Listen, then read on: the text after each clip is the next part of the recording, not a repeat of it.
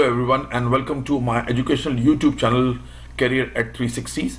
Up till now, if you can, all the videos which I have done are basically from starting from basic Excel to advanced level and then from advanced level to professional levels, and I have done from data modeling examples, data automation examples, and use some of the most advanced functions like XLOOKUP, Power Pivot, DEX formula, Power Queries, and many of the people around the world is getting benefit of it, and many of the people on my LinkedIn account and dozens of people on my email has sent me a message that these are some very good things which you can help us to update our skills. But what are some of the guidances you can give us to get how to get the accounting and finance job? So today I'm giving you a presentation on how to get the jobs in accounting and finance, and all what I'm telling you is based on my 25 years of a corporate experience into the different parts of the world. So let's start our presentation.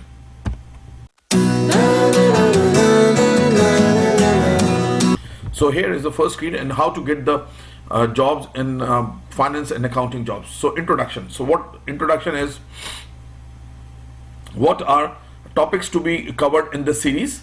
So first of all, I will tell you that to get the accounting and finance jobs, the knowledge of ERP is very important, and we'll discuss this thing in detail. Then the second important thing, which I think if you are interested to apply for the finance and accounting jobs, your Excel skills should be not only advanced but to at a professional level. Third thing is, there are many monthly reports and tasks any accounting professional has to do, so you should have a clear understanding and knowledge of what thing. Fourth thing is resume. You should know what is the purpose of the resumes, how you can write an effective resumes, and what are the things do you have to keep in mind when you get yourself registered online and you post your resume over there. And last not the least, interview guidance. What different kinds of questions you received in interview, how should you do the preparations, and all those things. But before we start all these 5 major topics, I want to cover some of the very other basic things, and that is, you cannot apply or you get succeeded into getting the job or interview if you don't understand the market. So first important thing is to understand the market, and to me is there are many accounting jobs available around the world, but what happens that most of the people, they don't know what is the requirement of the market. When I say requirement of the market, for example, still I find some of the people says that they know the full cycle accounting. Now gone were those days when you have to do a full cycle accounting. Now the ERP system becomes so strong, so don't use those words which are not required in the market. Okay, and the problem is that people don't know. Sometimes people know some of the skills which are required in the market, but either they have failed to show them onto their resumes, or sometimes even they don't know. For example, many of the people I met, they say, oh, we don't have an exposure to an ERP system, or we don't have an exposure to some data modeling things and advanced level of Excel things. So this is a problem. And to me is that when you apply for the jobs, your hiring managers is not only interested to know what is your education level. Yes, it is important, but they are more interested, or they want to know what are your corporate transferable skills. And we will see this thing because very often I use corporate transferable skills, and we will see in detail what are the details of that thing. And technically, they want to know that if they hire you for the job, what are those basic skills and experiences which you will bring into their company so that they can get benefit of by hiring you people here.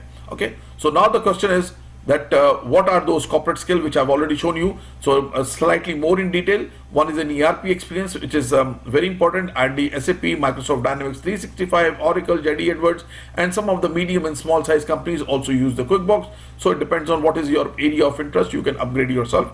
Second thing is advanced Excel skills, and with the proven professional level and experience. I'm not talking about the level which is college and university students do. It's a professional level so that you can prove your skills once you get hired.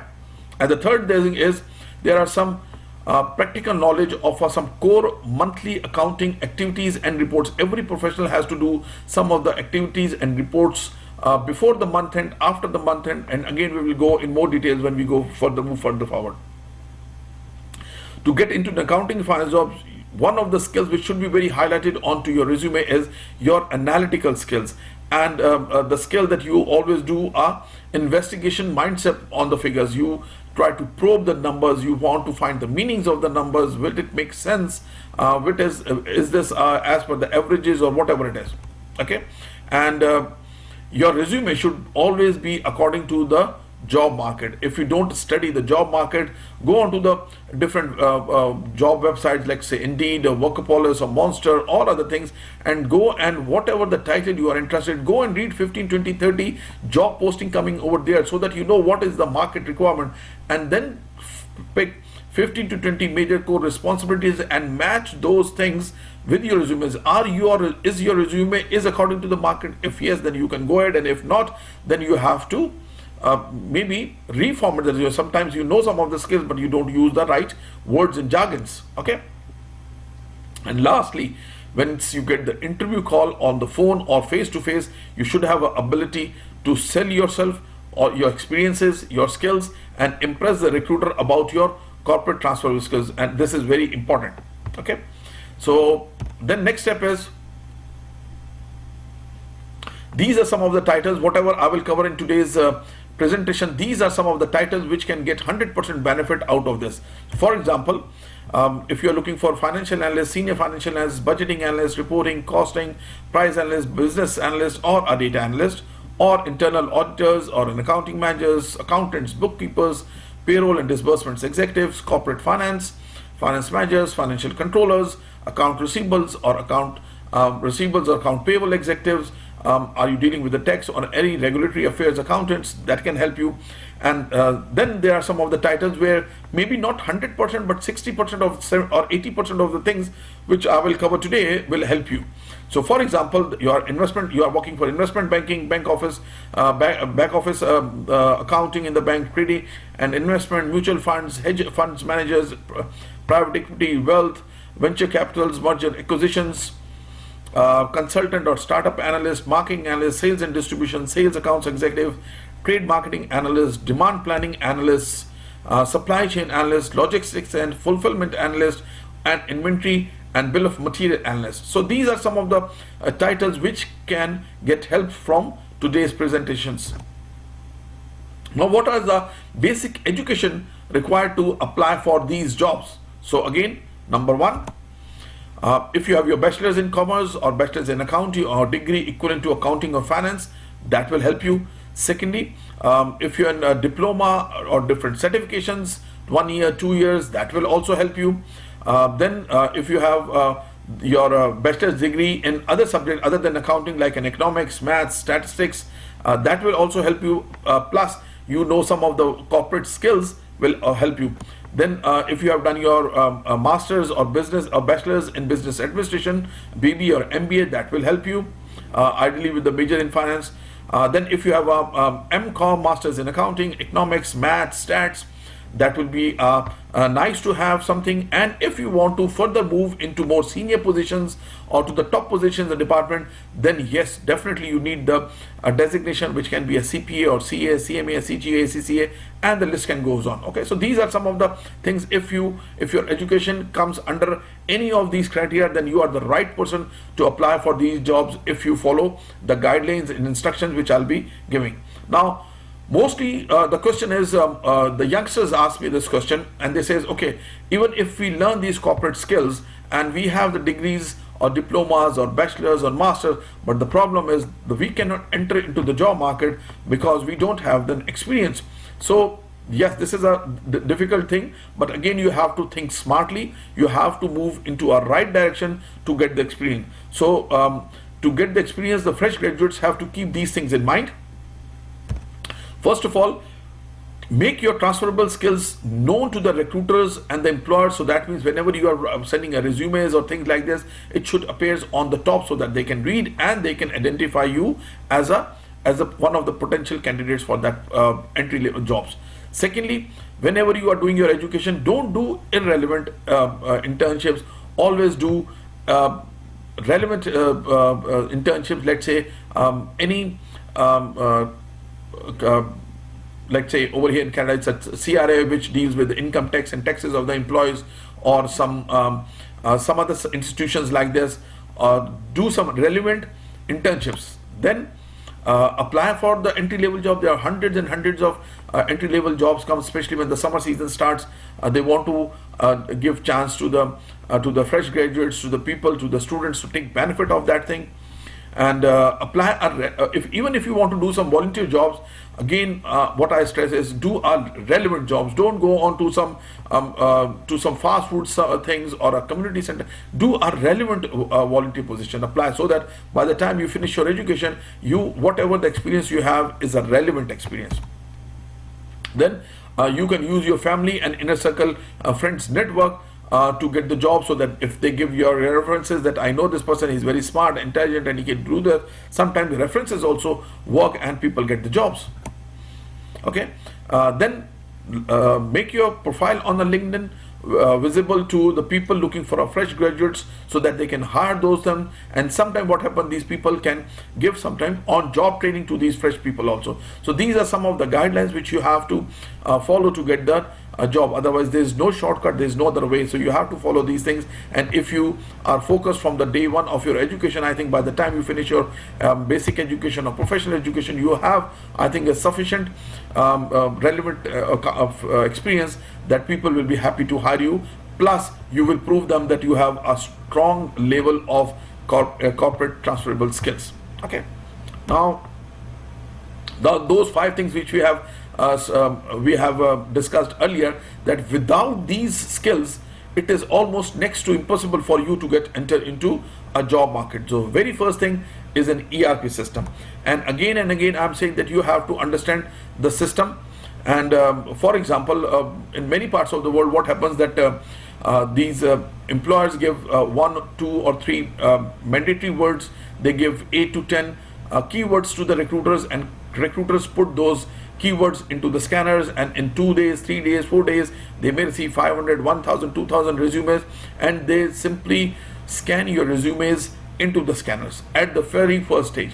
If the mandatory words are not into your resume, you are out in the first stage. Okay, so employees give mandatory words and keywords to the managers, and all of the big companies are using an ERP system, which I've just shown you here. Can be a SAP, can be Microsoft Dynamics, Oracle, QuickBooks, JD Edwards, and the list can goes on. Okay, so now this is a mandatory words. If the word ERP or ideally SAP is not mentioned on your resume, you will be out on the very first stage. So please keep in mind that you have to mention word ERP onto your resume. If not, then you have to equip yourself. There are many other sources from where you can get the end user training of an ERP, and then you can use that training to put it onto your resume. Even very soon we'll be starting a new series where we'll be considering to start with at least with the QuickBooks or SAP, and we will give you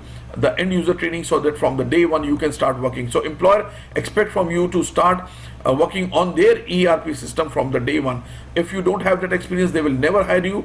And don't don't expect that they can hire you and then send you for a training of a week or 10 days, 22 weeks, spend a couple of dollars or amount, whatever this is on you to get the train. They will never do that. And why would they do that? There are already hundreds and thousands of people available in the market who have all those skills, and they will prefer those candidates over you. So most important thing in your resume should an ERP experience. Without that, it is difficult to get into a good corporate companies, multinational or national companies around the world. It is a must thing word on your resume, and without that, your resume will be eliminated from the process at the very first stage. First thing.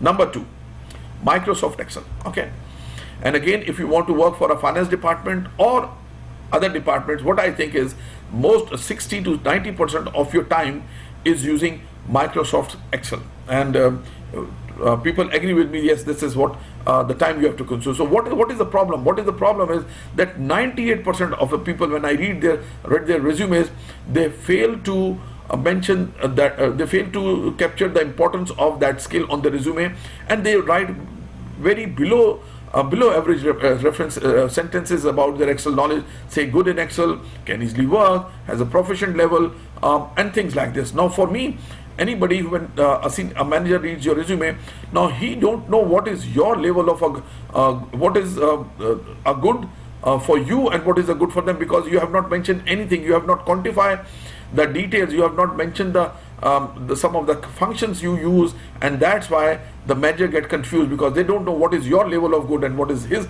expected level of good, so they ignore you.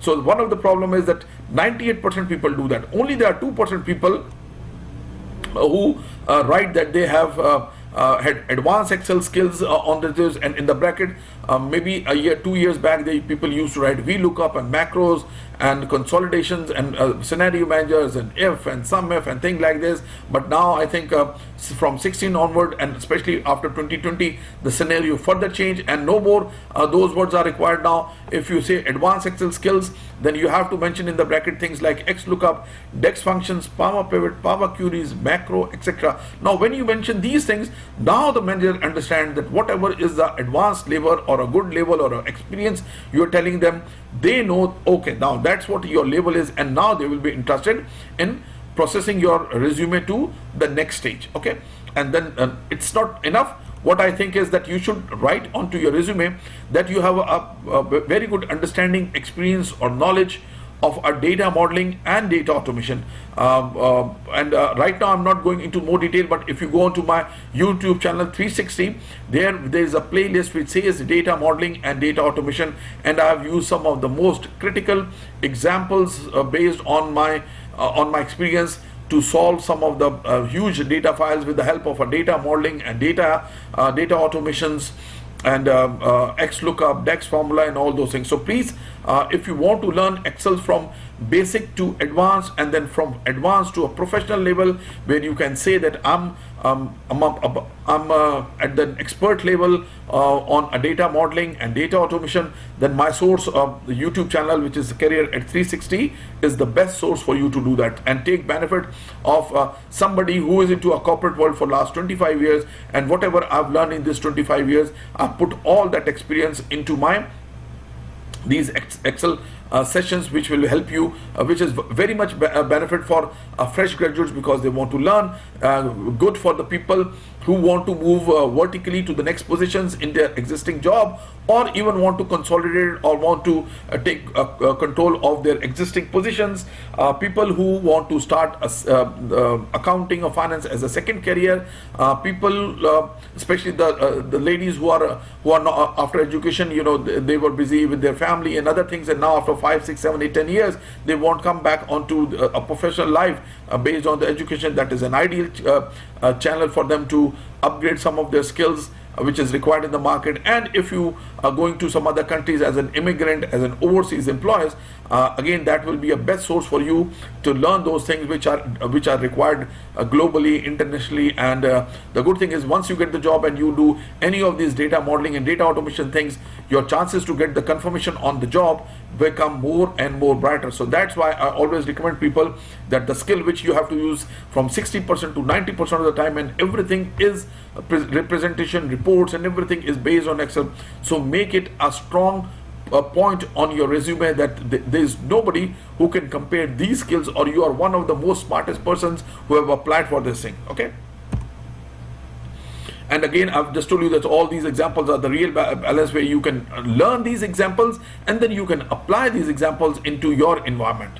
Okay, prove by example in an interview that through your data modeling skills and automatic skills, you can bring more efficiency and accuracy into the. So this is some of the selling things, skills which you can show onto this. So first was ERP, and second was Microsoft Excel, and the third thing is monthly report and task. Any person who works in accounting or finance department, from 1st of every month till 30th of every month, there are some very regular things which you do on a daily basis, weekly basis and monthly basis. So I called it a month knowledge or understanding of a monthly report or task as a job description, whatever you call, because different parts of the world use different words. So for your understanding, whatever is your job description, whatever it is, so you should have a very clear knowledge and understanding. I'm not saying experience, because if in an interview you show that you have a knowledge and understanding of this, even then the chances become more and more brighter.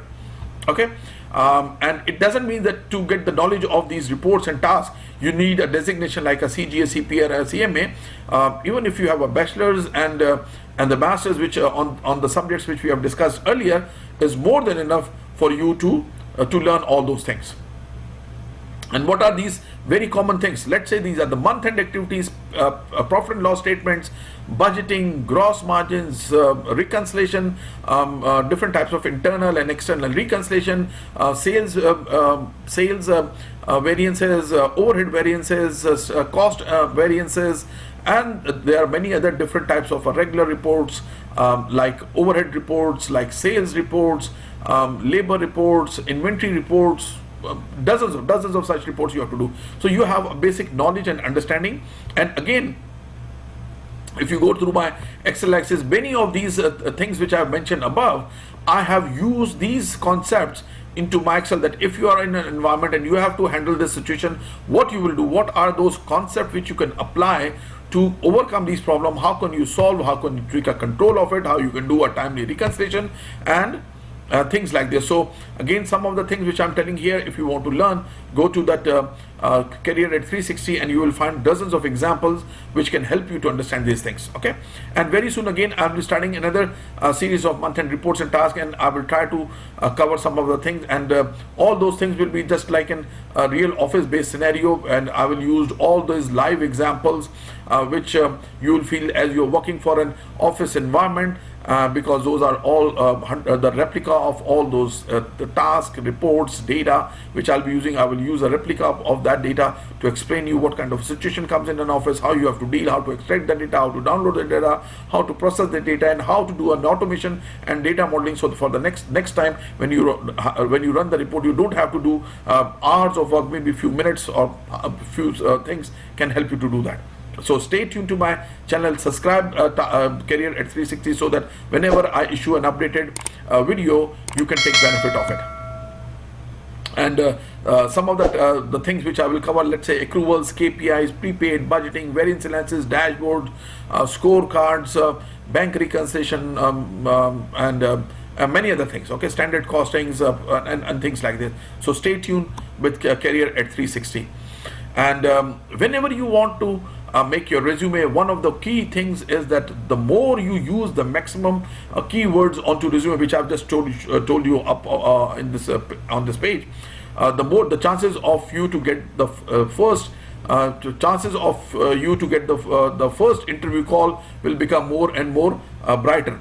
Okay, because I've told you that the procedure is they scan the resumes, and after 1000 resumes they just pick top 50 resume with the highest percentage of a keyword, that is 70 or 80 or 90. So let's say out of 1000 resumes or 2000 resume, they scan. If you pass the first stage, which is a mandatory item, they take you to the second stage, and in the second stage, out of 1000 or 2000 resume, they only pick 50, 67 maximum to shortlist them. And to get into that 50 or 70 numbers of first resume, it is important for you to show 70 to 90% of these keywords, and don't use any customized names of what you're working. I always prefer and advise people to use a generic names. So when you say accruals and prepayments and budgets and variance reports and costings and project costings and bank reconciliations and receivable reconciliation, fixed asset, these are the generic names. And the moment a manager read these names, they know what you are doing. Okay, so keywords is very important. During the interview, if you show that you have a very clear basic understanding regarding the points which I mentioned above, the key points and responsibilities on your resume, again you will increase the chance to getting the hired, and you will be further trained into that company, because some of the time they just want to check your IQ level. Do you have an understanding of those things? And further they help you, they train you what are some of the methods and procedures and formats which you have to follow in the company. So key reports are very important.